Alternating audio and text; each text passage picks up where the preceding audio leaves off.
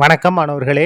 இந்த வீடியோவில் 8ஆம் வகுப்பு கணிதம் அலகு 4 வாழ்வியல் கணிதம் பயிற்சி 4/3 6வது கணக்கு பார்க்க போகிறோம். என்ன கொடுத்துருக்காங்க பாருங்கள்.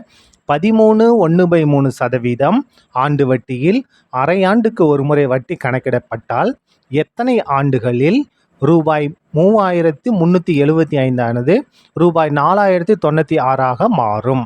பாருங்கள், 3375 ரூபா நம்ம என்ன செய்கிறோம்? முதலீடு செய்கிறோம். நம்ம கடைசி எவ்வளோ கிடைக்கிது?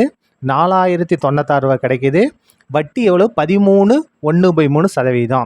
அப்போ இந்த தொகை கிடைக்கிறதுக்கு எவ்வளோ நாள் ஆகும் பாருங்கள். இது அசல் எடுத்து எழுதிட்டோம். இது நம்ம கிடைக்கக்கூடிய தொகை எடுத்து எழுதிட்டோம். இந்த ஆர் 13/1/3%. இது என்ன பின்னமாக இருக்குது பாருங்கள். கலப்பு பின்னமாக இருக்கா? தகா பின்னம் மாற்றுமா? இந்த பகுதியில் இருக்கும் 3 அப்படியே போட்டுடணும். இது ரெண்டையும் பெருக்கணும். 13 × 3 ப்ளஸ் இந்த 1 அப்படியே கூட்டிக்கணும். அப்போ பாருங்கள், 13 3 பெருக்குனா 39 ப்ளஸ் 1 அப்படியே வந்துடும் /3. அப்போ ரெண்டையும் கூட்டினா எவ்வளவு? 39 ஒன்று கூட்டினா 40/3%. இதான் என்னது? ஆரோட மதிப்பு. நம்ம என்ன கண்டுபிடிக்கணும்? n ஆண்டுகளை நம்ம கண்டுபிடிக்கணும். கண்டுபிடிக்கலாமா? பாருங்கள், அரை ஆண்டுக்கு ஒரு முறை வட்டி கணக்கிட்டாங்கன்னா நமக்கு ஃபார்முலா பாருங்கள். A = P × 1 + R/200 அடுக்கு 2n. இப்போ பாருங்க, ஏன்றது எவ்வளவு? 4096. பி எவ்வளவு? 3375. 1 + R எவ்வளவு பாருங்க? 40/3. இந்த பகுதியில் இந்த 6க்கு பதிலாக 40/3. இந்த 200 பகுதியில் தான் இருக்குது. இந்த 200 பகுதியில் அப்படியே பெருக்கல்ல வந்துடும். சரியா? அடுக்கு இந்த 2n இதான் நம்ம கண்டுபிடிக்க போகிறோம். இப்போ பாருங்க, 4096 இந்த 3375 இங்கே வந்தால் வகுத்தலாக மாறும்.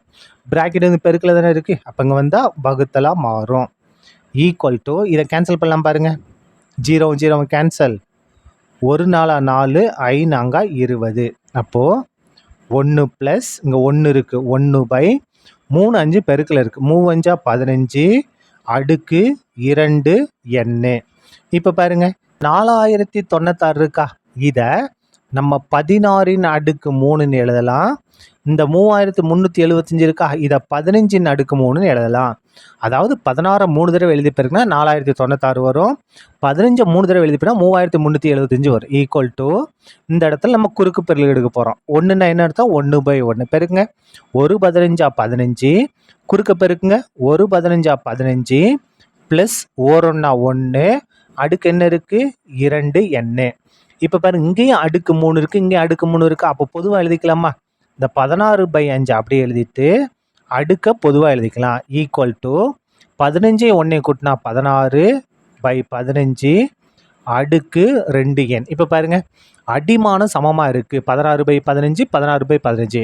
அப்போ அடுக்குகள் சமம். 3 = 2n அப்படி இல்லைன்னா 2n = 3 ஒன்று தான். 3 = 2n 2n எல்லாம் ஒன்று தான். சரியா? இப்போ பாருங்கள், n = 3/2 ஆண்டுகள். இதை நம்ம என்ன செய்யலாம்? கலப்பு பின்னம் மாற்றிடுவோமா?